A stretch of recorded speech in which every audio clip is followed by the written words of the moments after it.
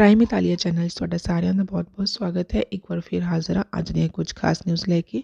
ਇਸ ਤੋਂ ਪਹਿਲਾਂ ਕਿ ਆਪਾਂ ਵੀਡੀਓ ਸਟਾਰਟ ਕਰੀਏ, ਜੇਕਰ ਤੁਸੀਂ ਚੈਨਲ 'ਤੇ ਪਹਿਲੀ ਵਾਰ ਆਏ ਹੋ ਤਾਂ ਚੈਨਲ ਨੂੰ ਜ਼ਰੂਰ ਸਬਸਕ੍ਰਾਈਬ ਕਰ ਲਵੋ ਅਤੇ ਜਿਨ੍ਹਾਂ ਨੇ ਚੈਨਲ ਨੂੰ ਸਬਸਕ੍ਰਾਈਬ ਕੀਤਾ ਹੈ, ਵੀਡੀਓ ਨੂੰ ਲਾਈਕ ਕਰਦੇ ਹਨ, ਉਹਨਾਂ ਦਾ ਬਹੁਤ-ਬਹੁਤ ਸ਼ੁਕਰੀਆ। ਅਤੇ ਵੀਡੀਓ ਦੀ ਨੋਟੀਫਿਕੇਸ਼ਨ ਲਈ ਬੈਲ ਆਈਕਨ ਦਾ ਬਟਨ ਜ਼ਰੂਰ ਪ੍ਰੈਸ ਕਰ ਲਓ, ਕਿਉਂਕਿ ਇਸ ਦੇ ਨਾਲ ਜਦੋਂ ਵੀ ਅਸੀਂ ਨਵੀਂ ਵੀਡੀਓ ਅਪਲੋਡ ਕਰਦੇ ਹਾਂ, ਉਹਦੀ ਨੋਟੀਫਿਕੇਸ਼ਨ ਤੁਹਾਡੇ ਤੱਕ ਪਹੁੰਚ ਜਾਂਦੀ ਹੈ। ਹੁਣ ਆਪਾਂ ਸ਼ੁਰੂ ਕਰਦੇ ਹਾਂ ਅੱਜ ਦੀਆਂ ਕੁਝ ਖਾਸ ਨਿਊਜ਼। ਸਭ ਤੋਂ ਪਹਿਲਾਂ ਆਪਾਂ ਦੇਖ ਲੈਂਦੇ ਹਾਂ ਕਿ ਇਟਲੀ ਦੇ ਵਿੱਚ ਕਿੰਨੇ ਕੇਸਿਸ ਆਏ ਹਨ। ਇਟਲੀ ਦੇ ਵਿੱਚ ਪਿਛਲੇ 24 ਘੰਟਿਆਂ ਦੌਰਾਨ ਕੇਸ ਬਹੁਤ ਜ਼ਿਆਦਾ ਆਏ ਹਨ।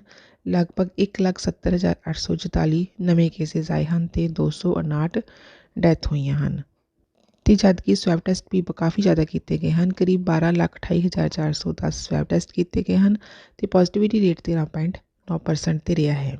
ਜੇਕਰ ਆਪਾਂ ਰੀਜਨ ਵਾਈਜ਼ ਗੱਲ ਕਰੀਏ ਤਾਂ ਲੰਬਾਰਦੀਆਂ ਸਭ ਤੋਂ ਅੱਗੇ ਜਾ ਰਿਹਾ ਹੈ ਅਤੇ ਲੰਬਾਰਦੀਆਂ ਦੇ ਵਿੱਚ 50,104 ਕੇਸ ਆਏ ਹਨ। ਅਤੇ ਇਸ ਤੋਂ ਬਾਅਦ ਬਨੇਤੋ, ਕੰਪਾਨੀਆ, ਅਮੀਲੀਆ ਰੋਮਾਨੀਆ ਇਹਨਾਂ ਦੇ ਵਿੱਚ ਵੀ ਕਾਫੀ ਜ਼ਿਆਦਾ ਕੇਸ ਵੱਧ ਰਹੇ ਹਨ। ਕਹਿਣ ਦਾ ਮਤਲਬ ਇਹ ਹੈ ਕਿ ਹਰ ਇੱਕ ਰੀਜਨ ਦੇ ਵਿੱਚ ਕੇਸਾਂ ਦੇ ਵਿੱਚ ਵਾਧਾ ਹੋਇਆ ਹੈ।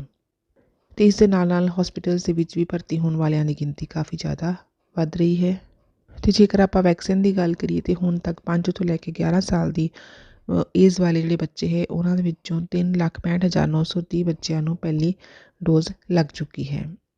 ਇਸ ਤੋਂ ਬਾਅਦ ਅਗਲਾ ਜਿਹੜਾ ਅਪਡੇਟ ਆ ਰਿਹਾ ਹੈ ਪੀਮੋਂਤੇ ਤੋਂ ਆ ਰਿਹਾ ਹੈ। ਦੱਸਿਆ ਜਾ ਰਿਹਾ ਹੈ ਕਿ 27 ਦਸੰਬਰ ਤੋਂ ਲੈ ਕੇ 2 ਜਨਵਰੀ ਤੱਕ ਇੱਕ ਹਫ਼ਤੇ ਦੇ ਵਿਚਕਾਰ ਪੀਮੋਂਤੇ ਦੇ ਵਿੱਚ 9 ਸਾਲ ਤੋਂ ਲੈ ਕੇ 24 ਸਾਲ ਏਜ ਗਰੁੱਪ ਦੇ ਜਿਹੜੇ ਵਿਅਕਤੀ ਹੈ, ਬੱਚੇ ਹਨ, ਉਹਨਾਂ ਦੇ ਵਿੱਚ ਕੋਵਿਡ ਦੇ ਨਾਲ ਰਿਲੇਟਡ ਜਿਹੜੀ ਇਨਫੈਕਸ਼ਨ ਹੈਗੀ ਆ ਉਹਨਾਂ ਦੇ ਵਿੱਚ ਕਾਫੀ ਜ਼ਿਆਦਾ ਵਾਧਾ ਦਰਜ ਕੀਤਾ ਗਿਆ ਹੈ। ਲਗਭਗ 1 ਲੱਖ ਵਿਅਕਤੀਆਂ ਦੇ ਪਿੱਛੇ 2,716 ਕੇਸਿਸ ਪੀਮੋਂਤੇ ਦੇ ਵਿੱਚ ਪਿਛਲੇ ਹਫ਼ਤੇ ਆਏ ਹਨ।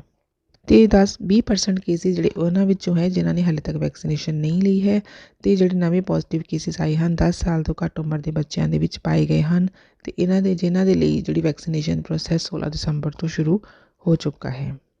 ਇਸ ਤੋਂ ਬਾਅਦ ਅਗਲੀ ਨਿਊਜ਼ ਆ ਰਹੀ ਹੈ ਬਰੇਸ਼ੀਆ ਤੋਂ। ਬਰੇਸ਼ੀਆ ਦੇ ਸਿਵਲ ਹੌਸਪੀਟਲ ਦੇ ਵਿੱਚ ਬੱਚਿਆਂ ਦੇ ਨਾਲ ਰਿਲੇਟਡ ਡਿਪਾਰਟਮੈਂਟ ਦੇ ਵਿੱਚ ਕੋਵਿਡ ਨਾਲ ਰਿਲੇਟਡ ਜਿਹੜੇ ਬੈੱਡ ਹੈਗੇ ਆ ਉਹ ਖਤਮ ਹੋ ਚੁੱਕੇ ਹਨ। ਦੱਸਿਆ ਜਾ ਰਿਹਾ ਹੈ ਕਿ ਮਹਾਂਮਾਰੀ ਦੀ ਸ਼ੁਰੂਆਤ ਤੋਂ ਬਾਅਦ ਇਹ ਪਹਿਲੀ ਵਾਰ ਅਜਿਹਾ ਹੋਇਆ ਹੈ ਕਿ ਜਦੋਂ ਵਾਰਡ ਦੇ ਵਿੱਚ ਬੱਚਿਆਂ ਦੇ ਲਈ ਜਿਹੜੇ ਬੈੱਡ ਹੈਗੇ ਆ, ਜਿਹੜੇ ਉਪਲਬਧ ਬੈੱਡ ਹੈਗੇ ਆ, ਉਹ ਖਤਮ ਹੋ ਗਏ ਹਨ। ਕਹਿਣ ਦਾ ਮਤਲਬ ਇਹ ਹੈ ਕਿ ਕੇਸਾਂ ਦੀ ਗਿਣਤੀ ਬੱਚਿਆਂ ਦੇ ਵਿੱਚ ਵੀ ਆ ਰਹੀ ਹੈ ਜਿਹੜੇ ਬਹੁਤ ਛੋਟੇ ਬੱਚੇ ਹਨ। ਅਤੇ ਇਹ ਜਿਹੜੀ ਕੇਸ ਹੈ ਗਿਣਤੀ ਹੈਗੀ 10 ਤੱਕ ਪਹੁੰਚ ਚੁੱਕੀ ਹੈ। ਅਤੇ ਇਹਨਾਂ ਦੇ ਵਿੱਚੋਂ ਕੁਝ ਬੱਚੇ ਅਜਿਹੇ ਹਨ ਜਿਨ੍ਹਾਂ ਦੀ ਉਮਰ 3 ਸਾਲ ਤੋਂ ਵੀ ਘੱਟ ਹੈ ਅਤੇ ਉਹਨਾਂ ਦੇ ਵਿੱਚੋਂ ਕੋਈ ਵੀ ਹਾਲੇ ਫਿਲਹਾਲ ਗੰਭੀਰ ਹਾਲਤ ਵਿੱਚ ਨਹੀਂ ਹੈ।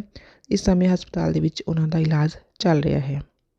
ਇਸ ਤੋਂ ਬਾਅਦ ਅਗਲੀ ਨਿਊਜ਼ ਆ ਰਹੀ ਹੈ ਕਿ ਜਿਵੇਂ ਕਿ ਤੁਸੀਂ ਜਾਣਦੇ ਹੋ ਕਿ 10 ਜਨਵਰੀ ਤੋਂ ਸਕੂਲ ਖੁੱਲ੍ਹ ਰਹੇ ਹਨ ਅਤੇ ਇਸ ਦੇ ਲਈ ਪ੍ਰਧਾਨ ਮੰਤਰੀ ਮਾਰੀਓ ਦਰਾਗੀ ਨੇ ਕੱਲ੍ਹ ਪਲਾਜ਼ੋ ਚਿਗੀ ਦੇ ਵਿੱਚ ਐਜੂਕੇਸ਼ਨ ਮਿਨਿਸਟਰ ਬਿਆਂਕੀ, ਸਿਹਤ ਮੰਤਰੀ ਰੋਬਰਟੋ ਸਪਰੈਂਸਾ ਅਤੇ emergency commissioner general Francisco Paulo ਦੇ ਨਾਲ ਮੀਟਿੰਗ ਕੀਤੀ ਹੈ। ਅਤੇ ਇਸ ਮੀਟਿੰਗ ਦੇ ਵਿੱਚ ਉਹਨਾਂ ਦਾ ਜ਼ਿਆਦਾ ਜਿਹੜਾ ਧਿਆਨ ਸੀਗਾ ਬੱਚਿਆਂ ਦਾ ਸਕੂਲ ਛੁੱਟੀਆਂ ਤੋਂ ਬਾਅਦ ਸਕੂਲਾਂ ਦੇ ਵਿੱਚ ਵਾਪਸ ਜਾਣਾ ਅਤੇ ਕੁਆਰੰਟਾਈਨ ਨਿਯਮਾਂ ਦੇ ਬਾਰੇ ਵਿਚਾਰ ਕਰਨਾ ਸੀ। ਅਤੇ ਇਸ ਦਾ ਫੈਸਲਾ ਅੱਜ ਜਿਹੜਾ ਹੈਗਾ ਉਹ ਤੱਕ ਆ ਜਾਏਗਾ ਅਤੇ ਇਸ ਤੋਂ ਬਾਅਦ ਪਤਾ ਲੱਗੇਗਾ ਕਿ ਉਹਨਾਂ ਨੇ ਕੀ ਰੂਲਸ ਬਣਾਏ ਹਨ। ਅਤੇ ਇਸ ਦੇ ਨਾਲ ਨਾਲ ਜੁਸੇਪੇ ਕੋਂਤੇ ਜੀ ਨੇ ਵੀ ਲੱਖਾਂ ਹੀ ਵਿਦਿਆਰਥੀਆਂ ਲਈ ਸਕੂਲਾਂ ਦੇ ਵਿੱਚ ਵਾਪਸੀ ਦੀ ਮੰਗ ਕੀਤੀ ਹੈ। ਅਤੇ ਉਹਨਾਂ ਨੇ ਕਿਹਾ ਹੈ ਕਿ ਮਹਾਂਮਾਰੀ ਦੀ 2 ਸਾਲਾਂ ਤੋਂ ਬਾਅਦ ਦੁਬਾਰਾ ਫਿਰ ਉਹ ਜਿਹੜੀ ਔਨਲਾਈਨ ਸਟੱਡੀ ਹੈ ਉਸ 'ਤੇ ਭਰੋਸਾ ਨਹੀਂ ਕਰ ਸਕਦੇ ਅਤੇ ਰੋਕਥਾਮ ਅਤੇ ਸੁਰੱਖਿਆ ਦੇ ਲਈ ਯਕੀਨ ਬਣਾਉਣ ਦੇ ਲਈ ਸਕੂਲਾਂ ਦੇ ਵਿੱਚ FFP2 ਮਾਸਕ ਦੀ ਜਿਹੜੀ ਡਿਸਟਰੀਬਿਊਸ਼ਨ ਹੈ ਉਹ ਵੀ ਸ਼ੁਰੂ ਕਰ ਦਿੱਤੀ ਜਾਵੇਗੀ। ਨਾਲ ਨਾਲ ਇਹ ਵੀ ਅਪਡੇਟ ਆ ਰਿਹਾ ਹੈ ਕਿ ਕੰਮਾਂ ਦੇ ਉੱਤੇ ਸੁਪਰ ਗ੍ਰੀਨ ਪਾਸ ਨੂੰ ਜ਼ਰੂਰੀ ਕਰ ਦਿੱਤਾ ਜਾਵੇਗਾ ਅਤੇ ਇਸ ਦੇ ਬਾਰੇ ਵੀ ਜਿਹੜੀ ਮੀਟਿੰਗ ਹੋਵੇਗੀ ਅਤੇ ਇਸ ਦੇ ਬਾਰੇ ਵੀ ਅੱਜ ਜਾਂ ਕੱਲ੍ਹ ਦੇ ਵਿੱਚ ਪਤਾ ਲੱਗ ਜਾਵੇਗਾ।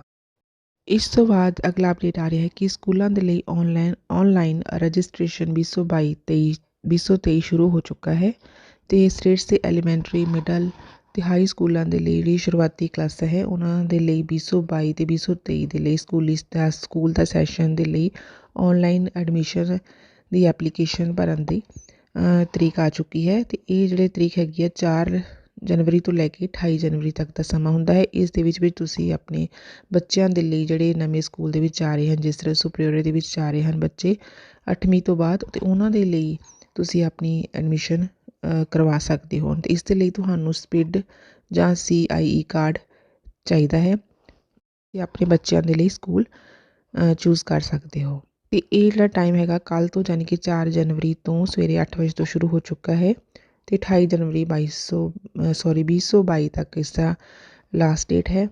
ਤੇ ਐਪਲੀਕੇਸ਼ਨ ਨੂੰ ਐਕਸੈਸ ਕਰਨ ਦੇ ਲਈ ਤੁਹਾਡੇ ਕੋਲ ਡਿਜੀਟਲ ਆਪਣੀ ਆਇਡੈਂਟੀ ਹੋਣੀ ਚਾਹੀਦੀ ਹੈ। ਇਸ ਦੇ ਲਈ ਤੁਸੀਂ ਜਿਹੜੀ ਐਜੂਕੇਸ਼ਨ ਮਿਨਿਸਟਰੀ ਦੀ ਜਿਹੜੀ ਅਧਿਕਾਰਿਤ ਵੈਬਸਾਈਟ ਹੈ ਉਸ 'ਤੇ ਜਾ ਕੇ ਇਸ ਨੂੰ ਐਕਸੈਸ ਕਰ ਸਕਦੇ ਹੋ। ਇਸ ਲਈ ਸਪਿਡ ਅਤੇ ਇਲੈਕਟ੍ਰੋਨਿਕ ਆਇਡੈਂਟੀ ਕਾਰਡ, ਜਿਹਨੂੰ CI ਕਾਰਡ ਵੀ ਕਿਹਾ ਜਾਂਦਾ ਹੈ, ਇਸ ਦੀ ਵਰਤੋਂ ਕਰਕੇ ਤੁਸੀਂ ਆਪਣੇ ਬੱਚੇ ਦੀ ਐਡਮਿਸ਼ਨ ਕਰਵਾ ਸਕਦੇ ਹੋ।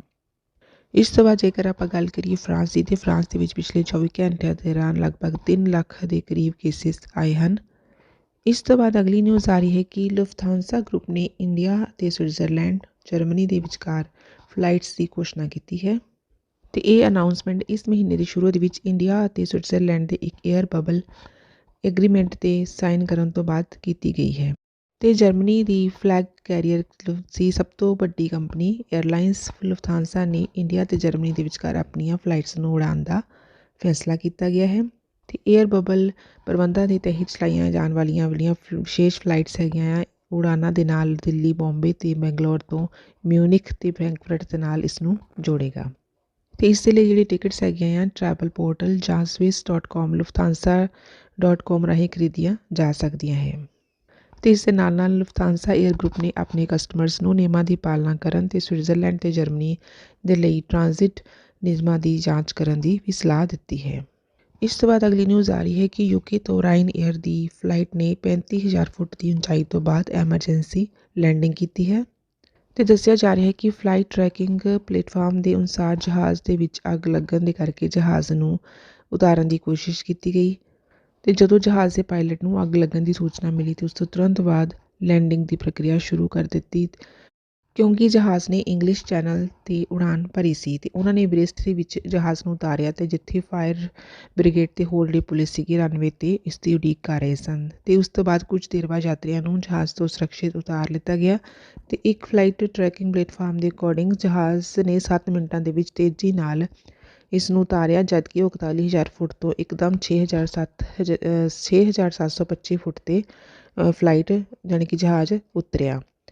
ਅਤੇ ਜਹਾਜ਼ ਦੇ ਯਾਤਰੀਆਂ ਨੂੰ ਪੁਰਤਗਾਲ ਯਾਤਰਾ ਕਰਨਾ ਜਾਰੀ ਰੱਖਣ ਦੇ ਲਈ ਬ੍ਰੇਸਟ ਦੇ ਵਿੱਚ ਹੀ ਕਿਸੇ ਹੋਰ ਜਹਾਜ਼ ਦੇ ਵਿੱਚ ਸ਼ਿਫਟ ਕਰ ਦਿੱਤਾ ਗਿਆ ਹੈ। ਅਤੇ ਸਾਰੇ ਹੀ ਕਸਟਮਰਸ ਨੂੰ ਦੇ ਲਈ ਆਪਣੀ ਯਾਤਰਾ ਨੂੰ ਜਾਰੀ ਰੱਖਣ ਦੇ ਲਈ ਇੱਕ ਰਾਤ ਭਰ ਹੋਟਲ ਦੇ ਵਿੱਚ ਵੀ ਠਹਿਰਨ ਦੀ ਸਹੂਲਤ ਵੀ ਦਿੱਤੀ ਗਈ। ਇਸ ਤੋਂ ਬਾਅਦ ਅਗਲੀ ਨਿਊਜ਼ ਆ ਰਹੀ ਹੈ ਦਿੱਲੀ ਤੋਂ। ਦੱਸਿਆ ਜਾ ਰਿਹਾ ਕਿ ਜਿਹੜੇ ਵਿਅਕਤੀ ਦੁਬਈ ਤੋਂ ਦਿੱਲੀ ਆ ਰਹੇ ਹਨ ਉਹਨਾਂ ਨੂੰ ਕੁਝ ਮੈਂਡੇਟਰੀ ਯਾਨੀ ਕਿ ਜ਼ਰੂਰੀ ਰੂਲਸ ਫੋਲੋ ਕਰਨੇ ਪੈਣਗੇ। ਇਹਨਾਂ ਦੇ ਵਿੱਚੋਂ ਪਹਿਲਾ ਹੈਗਾ ਥਰਮਲ ਸਕਰੀਨਿੰਗ ਹੋਵੇਗੀ ਜਦੋਂ ਉਹ ਏਅਰਪੋਰਟ 'ਤੇ ਐਂਟਰੀ ਕਰਦੇ ਹਨ ਆਉਂਦੇ ਹਨ ਅਤੇ ਉਹਨਾਂ ਦੀ ਥਰਮਲ ਸਕਰੀਨਿੰਗ ਹੋਣਗੀ। ਉਸ ਤੋਂ ਬਾਅਦ PCR ਟੈਸਟ ਲਿੱਤਾ ਜਾਵੇਗਾ ਅਤੇ ਉਸ ਤੋਂ ਬਾਅਦ ਹੀ ਉਸਦਾ ਸੈਂਪਲ ਲੈ ਕੇ ਉਹਨਾਂ ਨੂੰ ਉੱਥੋਂ ਭੇਜਿਆ ਜਾਵੇਗਾ। ਜੇਕਰ ਉਹ ਪੋਜ਼ੀਟਿਵ ਪਾਏ ਜਾਂਦੇ ਹਨ ਤਾਂ ਉਹਨਾਂ ਨੂੰ 10 ਦਿਨਾਂ ਦੇ ਲਈ ਕੋਵਿਡ ਕੇਅਰ ਸੈਂਟਰ ਦੇ ਵਿੱਚ ਕੁਆਰੰਟਾਈਨ ਹੋਣਾ ਪਵੇਗਾ। ਅਤੇ ਜੇਕਰ ਉਹ ਨੈਗੇਟਿਵ ਟੈਸਟ ਆਉਂਦਾ ਉਹਨਾਂ ਦਾ ਤਾਂ ਉਹ ਘਰ ਜਾ ਸਕਦੇ ਹਨ। ਅਤੇ ਇਸ ਤੋਂ ਬਾਅਦ ਵੀ ਉਹਨਾਂ ਨੂੰ 7 ਦਿਨ ਆਪਣੇ ਘਰ ਦੇ ਵਿੱਚ ਕੁਆਰੰਟਾਈਨ ਹੋਣਾ ਪਵੇਗਾ। ਅਤੇ ਜੇਕਰ ਆਪਾਂ ਅਮਰੀਕਾ ਦੀ ਗੱਲ ਕਰੀਏ ਤਾਂ ਅਮਰੀਕਾ ਦੇ ਵਿੱਚ ਪਿਛਲੇ 24 ਘੰਟਿਆਂ ਦੇ ਦੌਰਾਨ 10 ਲੱਖ ਤੋਂ ਵੀ ਜ਼ਿਆਦਾ ਕੇਸਿਸ ਆਏ ਹਨ।